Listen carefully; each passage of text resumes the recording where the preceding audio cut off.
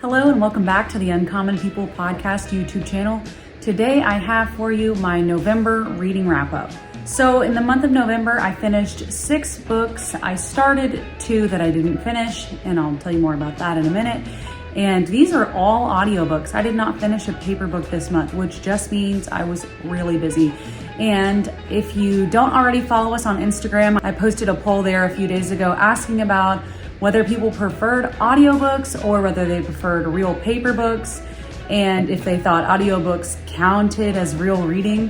And not everyone, preference for paper books, assuming there was no barrier to sitting down and reading a book, was higher. In my opinion, if I have the option to sit down, no responsibilities, nothing I need to do, no children, nothing, I will pick the paper book versus the audiobook. But my life doesn't look like that. It's full of constantly moving and doing things. And so audiobooks a lot of times get me through the month. And then the majority of people did say that audiobooks do count, but there were a few people that didn't think that they do. So you don't have to watch this. So the first book I read this month was called The Wedding Dress. This was by Rachel Hauck, Hauck. I'm not sure if that's right. And this kind of fell into the Christian fiction romance genre. The kind of synopsis for this one was 4 brides, 1 dress, a tale of faith, redemption, and timeless love. So I kind of knew this one might be a little cheesy from the get-go, but don't read if you're interested in this book, don't read any more of the synopsis than what I just shared with you, because it's basically reading the whole book. Thankfully, I hadn't read more than that before I started the book, but I really dislike summaries that essentially tell you the whole story. So don't read any more of the summary on that one if you think you might like it. So I'll tell you the basic storyline. It's about Charlotte, this woman who owns a wedding shop and loves to prep other brides for their special wedding day. But then she's engaged, and as her day gets closer and closer, she's not getting things ready, not getting things together for it. And then she finds this beautiful antique wedding dress in like mint condition. And so then the questions that you are left wondering the answer to with just that information is, will she end up marrying her fiance after all, despite the apprehension that she has? And where did this dress come from? Who did it belong to before Charlotte found it? And the story just kind of unravels that whole journey and answers at least those 2 questions and a bunch of other ones about the story. I gave this book 3 out of 5 stars. It wasn't like lame and boring, but it wasn't like super riveting or anything, but it was easy to listen to and it was a fun story. And the characters for the most part weren't like annoying or abrasive. The next one I'm going to talk about is Dear Mr. Knightley. This one's by Catherine Ray, and it also is Christian fiction, and I listened to this one. And here's the synopsis for that. Samantha Moore is bookish, an English major of the highest order. Her diet has always been Austen, Dickens, and Shakespeare. The problem is both her prose and conversation tend to be more Elizabeth Bennet and Samantha Moore. But life for this 23-year-old orphan is about to get stranger than fiction. Okay, so it's a little bit overkill already, but moving along. An anonymous Dickensian, is that right? benefactor calling himself Mr. Knightley offers to put Sam through Northwestern University's prestigious Medill School of Journalism. There's only one catch. Sam must write frequent letters to the mysterious donor detailing her progress. So this book was more entertaining and believable than most modern day Christian fiction, in my opinion. I was a little bit apprehensive about the, letter writing, epistolatory setup we had going on there from the get-go, like from the very beginning before I really started reading. I was like, or listening, whatever, I call it the same thing. I was like, oh, this is going to be flat. It's going to be really one-dimensional, but it worked a lot better than I actually expected it to. Samantha Moore, the main character, was mostly likable, and that helped because she's the one writing all the letters. So they're all coming from her perspective, her personality, her voice for the most part. And so if she would have been like, not a very likable character, I don't think it would have gone over very well. So this book is definitely one for like nerdy, bookish girls, kind of like the one I read of hers last month. And I'll link October's reading wrap up below in case you'd be interested. But I read one by this same author last month, and they kind of had a similar vibe. This is definitely her niche, her area of expertise, this author, Catherine Ray. I probably would have given this one a 3.5 stars if Goodreads had that option. It only does round numbers, no half numbers. The third one was The Book Charmer. This one was by Karen Hawkins, and this is basically like chick fiction, chick lit? I guess that's what it's called. I don't know. So here's the summary, and I'll tell you why I'm going to read the whole summary, and I'll tell you why here in a minute. If you don't want to know the summary, skip ahead. Sarah Dove is no ordinary bookworm. To her, books have always been more than just objects. They live, they breathe, and sometimes they even speak. When Sarah grows up to become the librarian in her quaint southern town of Dove Pond, her gift helps place every book in the hands of the perfect reader. Recently, however, the books have been whispering about something out of the ordinary, the arrival of a displaced city girl named Grace Wheeler. If the books are right, Grace could be the savior that Dove Pond desperately needs. The problem is, Grace wants little to do with the town or its quirky residents, Sarah chief among them. It takes a bit of urging and the help of an especially wise book, but Grace ultimately embraces the challenge to rescue her new charmed community. In her quest, she discovers the tantalizing promise of new love, the deep strength that comes from having a true friend, and the power of finding just the right book. What is with the theme this month? Chick fiction about book nerds, romancy stuff. I'll talk about it at the end. So the summary of this book, the reason I read the whole thing is because it's really misleading in my opinion. I thought it was going to be all from Sarah's perspective, but it's way more into Grace's story than Sarah's story even.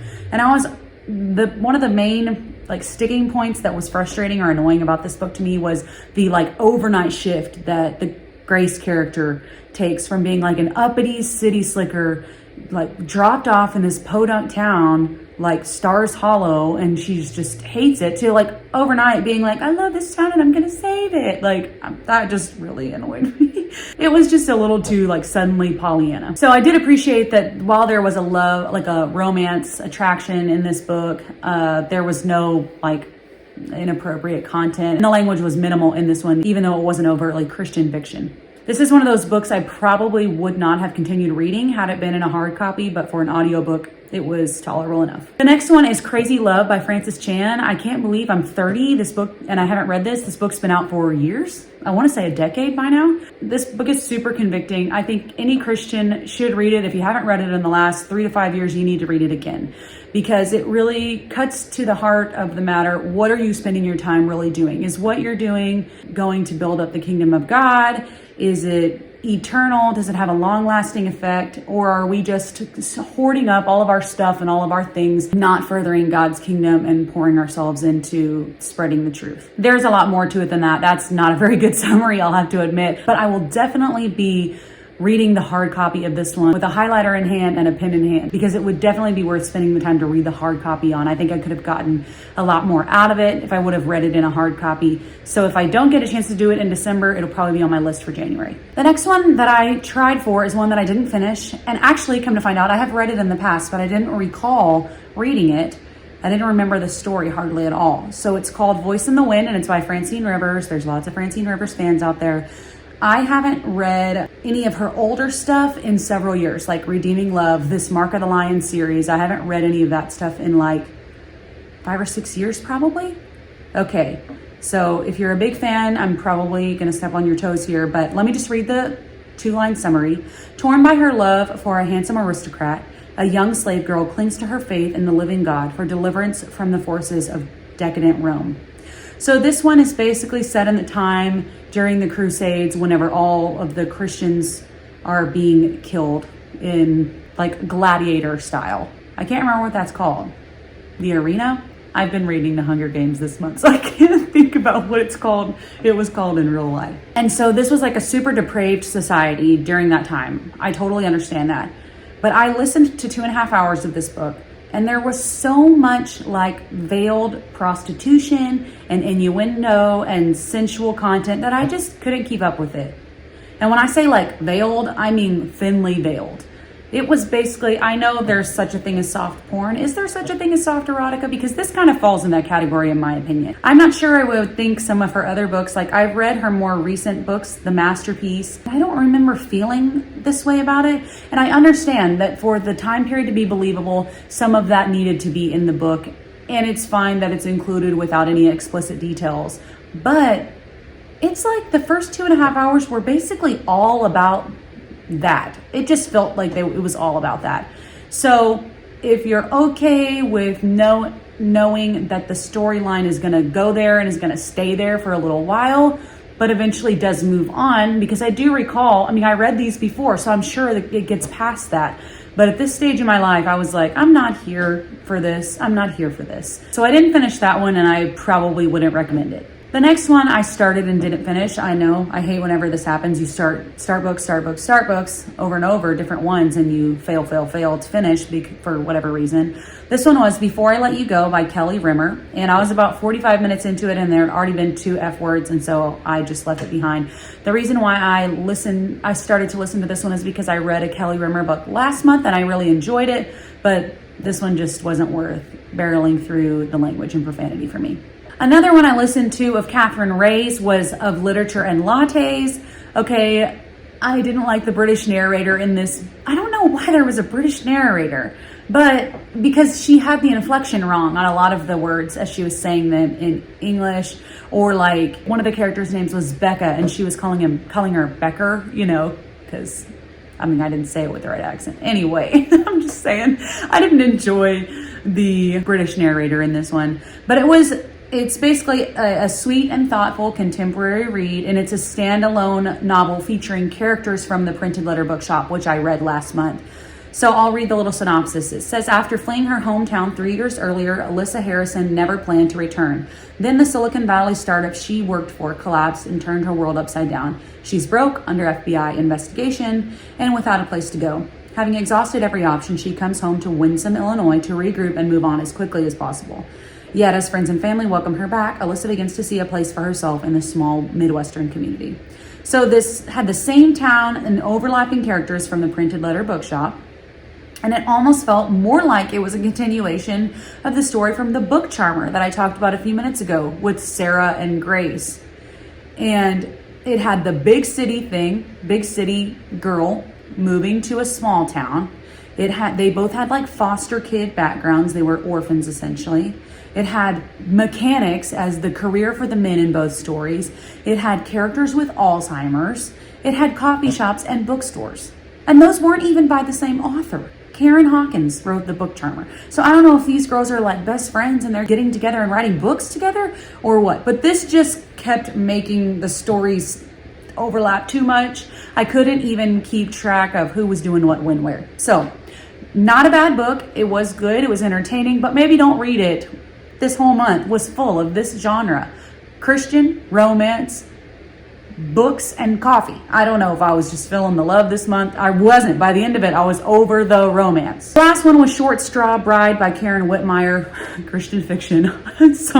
I have pulled myself out of this pit of Christian fiction, by the way, and determined I don't like it. I don't know what I was thinking. I don't know what I was doing to myself. But anyway, here's the quick summary for this one. When repaying a debt suddenly goes awry, Meredith finds 4 brothers drawing straws for her hand in marriage. Can the future hold love for this short straw bride? Okay, so that's kind of interesting. I don't know. This one still had a lot of veiled encounters of arousal, I might say. But because of the setting, it was incredibly mild. Like, this was not a depraved society like the one that was described in The Voice of the Wind by Francine Rivers. This was in a time where it was risque for a man to see or even touch a woman's calf or ankle. And it's easy to make the thoughts of attraction in this book more appropriate and less sensual and direct. The other thing that made this book not as sensual was that encounters around sexuality and attraction were not the main focus of the book, nor was the attraction for people outside of marriage. It was only described between husband and wife. It wasn't a magnification of ungodly practices like prostitution, sex before marriage, homosexuality, and more. Whether they were veiled or overt. It wasn't that, like the Francine Rivers book was. So sorry, man, I really smashed all over that book and didn't like it. But overall, this story in this one was entertaining enough. It had some entertaining moments, but the romance scenes were, like I talked last month, they were so cringeworthy. But I guess when it comes down to it, I'm not a fan.